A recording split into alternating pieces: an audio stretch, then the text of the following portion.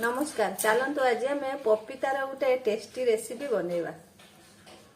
देखु एठी मु पपीता कैप्सिकम पियाज को काटिकी रखी अल्प तेल दबा पियाज आ कैप्सिकम को भाजिकी बाहर करदबा।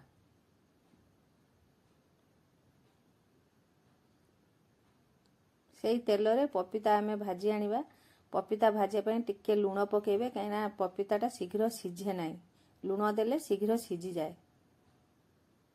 देखो पपीता आमर हो गलानी बाहर करदबा। तापर अल्प टिके तेल दबा जीरा दबा सुखिला लंका दबा अदा कटा रसुण कटा